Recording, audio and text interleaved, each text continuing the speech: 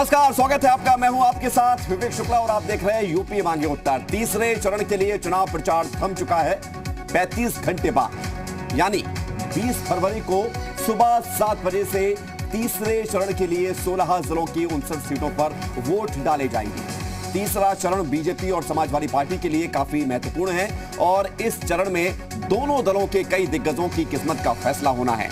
BJP और Samajwadi party के बीच कई सीटों पर बड़ा मुकाबला देखने को मिल रहा है और यही वजह है कि दोनों पार्टियों ने इस चरण की कई सीटों को नाक का सवाल बना लिया, यानी कि इज्जत का सवाल बना लिया है। ऐसे सवाल है कि क्या तीसरे चरण की इस लड़ाई में बीजेपी का जलवा फिर से बरकरार रहेगा 2017 वाला, या फिर समाजवादी पार्टी को उसका खोया हुआ जनाधार मिल पाएगा?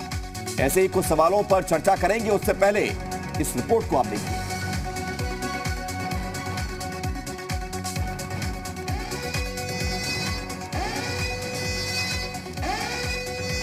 और इस बीच एक बड़ी खबर आपको बता रहे हैं। 35 घंटे बाद 16 जिलों की 59 सीटों पर वोट डाले जाएंगे। 20 फरवरी को सुबह 7 बजे से वोट डलने शुरू हो जाएंगे, यानी कि मतदान शुरू हो जाएगा। कई दिग्गज हैं मैदान में, जिनकी किस्मत का फैसला मतदाता करेंगे। 627 प्रत्याशी हैं कुल मिलाकर इन 59 सीटों पर 16 जिलों की, और 3 अलग अलग क्षेत्र हैं। पश्चिमी यूपी का कुछ क्षेत्र है, अवध का एक क्षेत्र है और बुंदेलखंड का ज्यादातर इलाका है।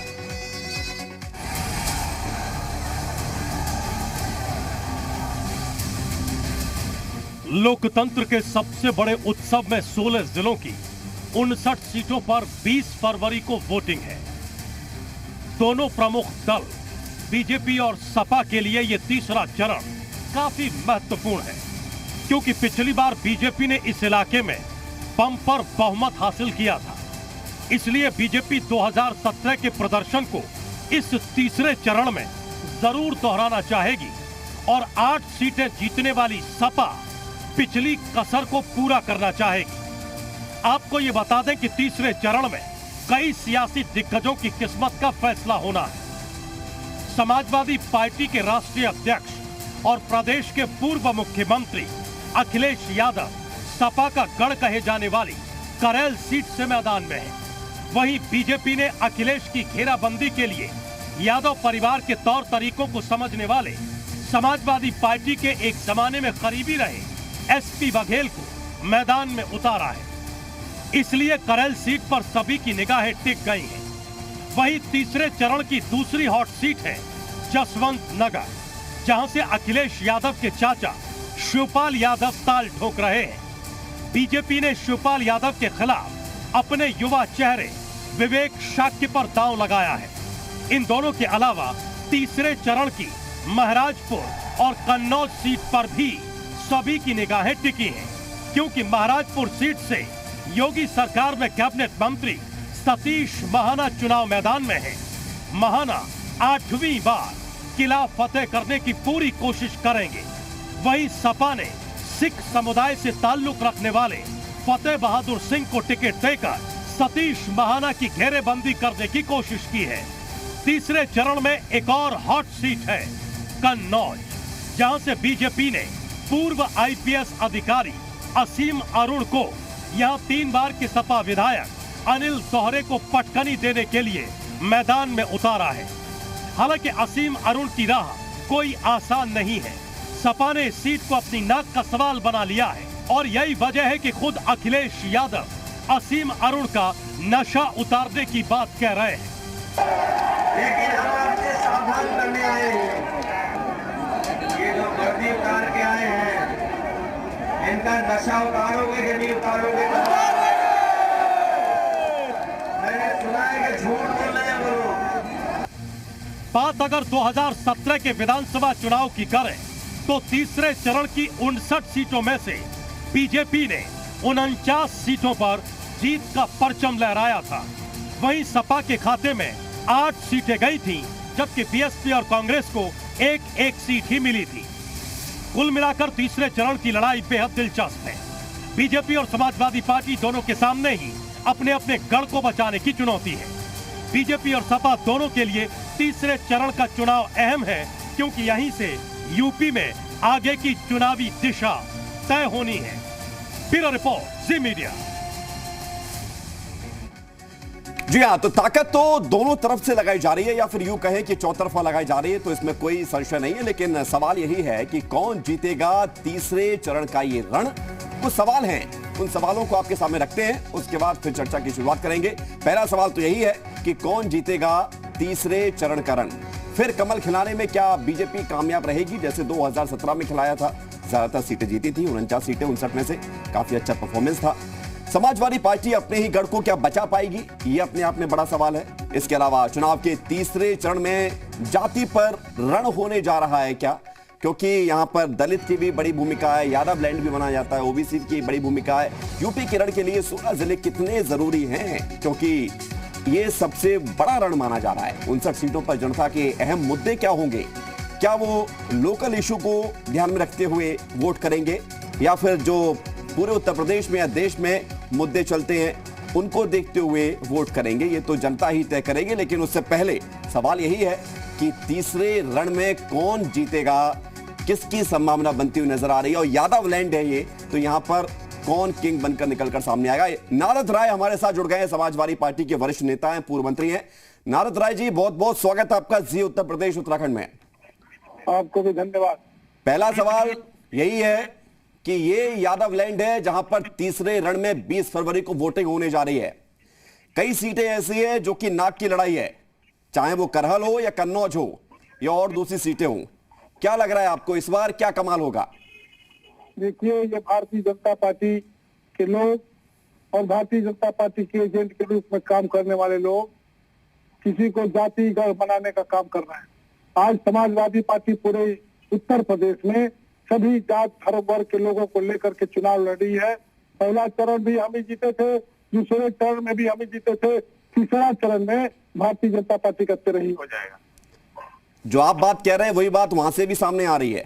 वो भी यही कह रहे हैं कि पहला चरण और दूसरा चरण काफी अच्छा वहां पर रिकॉर्ड बनता हुआ नजर आ रहा है। ये तो हमारा तीसरा चरण गढ़ आप ही बता रहे हैं। हमने तो भाजपा के गढ़ को पहले दूसरे चरण में ढा देने का काम किया है। अब हमारा गढ़ में तो अपना हो जाएगा। तीसरा, चौथा, पांचवा, छठवां, सातवां सब समाजवादी पार्टी का गढ़ है और गठबंधन का गढ़ है। सभी आप तो वैसे भी शुरुआत से अखिलेश यादव कह रहे हैं कि 400 पार, तो शुरुआत से सारी सीटें आप रख रहे हैं, आप तो कुछ देने को तैयार ही नहीं है, तो सारे चरण भी आपने रख लिए। हमको कुछ नहीं देना है, जनता देना चाहती है समाजवादी पार्टी के गठबंधन को। भारतीय जनता पार्टी चैनलों के माध्यम से, अखबार के माध्यम से ले रही है। 2-4 दिन के बाद आप भी इस बात को महसूस करने लगेंगे कि जो अखिलेश जी ने कहा है वही होगा और 400 सीटें समाजवादी पार्टी। लेकिन नारद राय जी, ये बात ठीक है, देखिए चुनावी स्थिति में अपने अपने दावे और वादे किए जाते हैं, लेकिन 2017 का अगर रिकॉर्ड देखें तो यादव लैंड में ही जनता ने यादवों को इग्नोर किया था, हरा दिया था। 49 सीटें जीती थी बीजेपी ने 59 में से। आपने बहुत चुनाव देखा है। चुनाव और जो निमंत्रण होता है, हर शादी विवाह में कुछ न्योता भी बदल जाते हैं और चुनाव में भी बहुत से अवसर बदल जाते हैं। 17 को देख के मत कीजिए, 22 में समाजवादी पार्टी के साथ बहुत सारी ताकतें आ गई हैं जो आज तक हमारे साथ थी ही नहीं। बहुत सारे वोट आ गए हैं जो हमारे साथ थे ही नहीं। बहुत से कुकर्म किया है भारतीय जनता पार्टी ने उत्तर प्रदेश में 5 वर्ष में, उसका भी लाभ समाजवादी पार्टी को मिलेगा। और नारद राय जी, करहल पर मुकाबला कड़ा हो गया है क्या? क्योंकि कल जब मुलायम सिंह यादव, आपकी पार्टी के पितामह, संरक्षक, सबसे बड़े नेता नेताजी मुलायम सिंह यादव जब प्रचार करने उतरे अखिलेश यादव के लिए, तो भीड़ तो बहुत थी, लेकिन विपक्ष ने ये कहा, यानी कि दूसरे दलों ने कहा कि स्थिति गंभीर लग रही है, तो मुलायम सिंह यादव को लाना पड़ा। देखिए, भारतीय जनता पार्टी के लोग क्या कर रहे हैं इससे हमसे कोई मतलब नहीं है। हम तो करहल के लोगों को, जसवंत नगर के लोगों को, मैनपुरी, इटावा के लोगों को साधुवाद देना चाहते हैं, सौभाग्यशाली समझना चाहते हैं कि माननीय नेताजी का स्वास्थ्य इतना खराब होने के बाद भी लोगों का आशीर्वाद अखिलेश जी के लिए, समाजवादी पार्टी के लिए दिलाने के लिए। तो ये तो वो कह रहे हैं कि स्वास्थ्य खराब है, फिर भी नेताजी को लाना पड़ गया, उनको आराम करने देते हैं, उनको क्यों तकलीफ दे रही है समाजवादी पार्टी?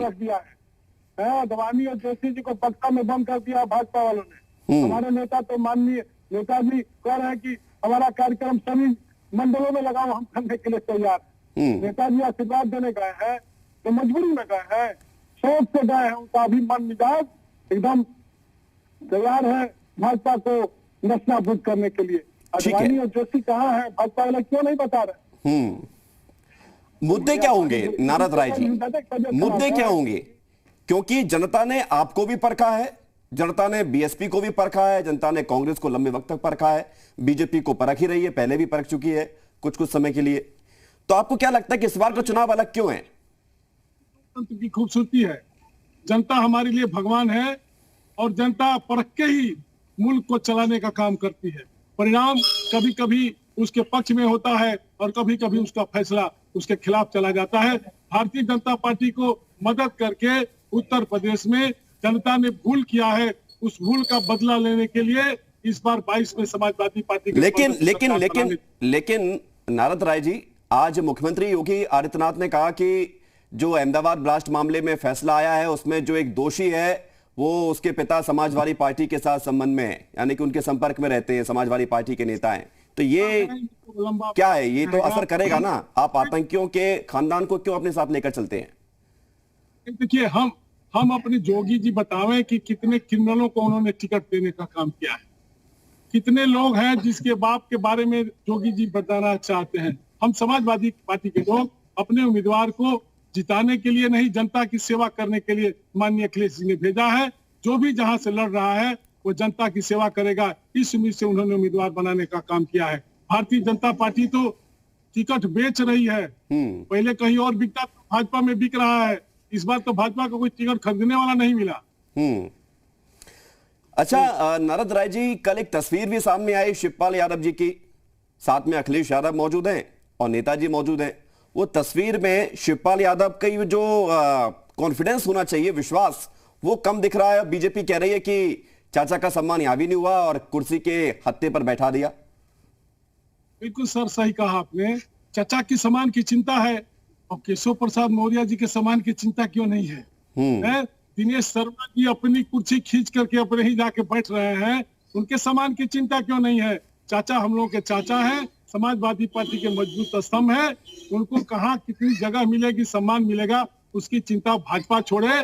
केशव प्रसाद मौर्य जी को और दिनेश शर्मा जी को उप मंत्री बना करके मूर्ख बनाया गया 5 वर्ष में। केशव मौर्य जी को स्टूल दिया तो जोगी जी को क्यों नहीं याद आया सम्मान?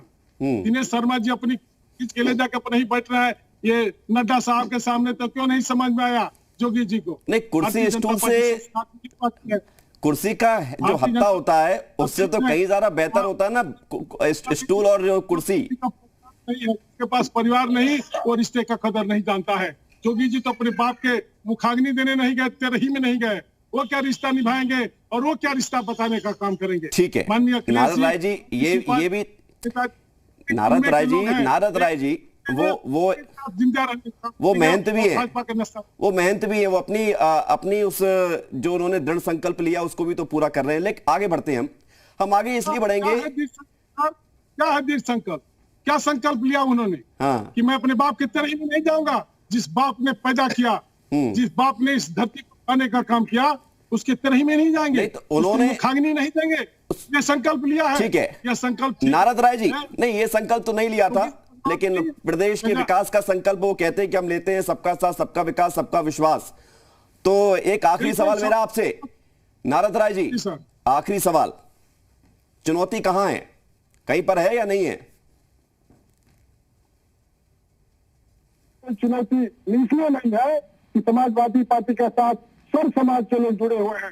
सभी लोगों का मन है कि माननीय अखिलेश यादव जी ने 2012 से 17 से जो विकास किया है उस विकास को गति देंगे। ठीक है। और नौजवानों को नौकरी देंगे, किसानों का सिंचाई मुक्त करने का काम किया है, पेंशन देने का काम किया है। ठीक है, बहुत बहुत धन्यवाद आपका नारद राय जी हमारे साथ जुड़ने के लिए, चर्चा में शामिल होने के लिए। तो सवाल हम जो लेकर आए थे कि यादव लैंड का किंग कौन बनेगा, ये सवाल जब हमने रखा तो नारद राय समाजवादी पार्टी के वरिष्ठ नेता हैं, पूर्व मंत्री भी रहे हैं, तो वो तो पूरे दमखम के साथ ही कह रहे हैं कि जनता का आशीर्वाद उनको मिलने जा रहा है और वही किंग बनेंगे।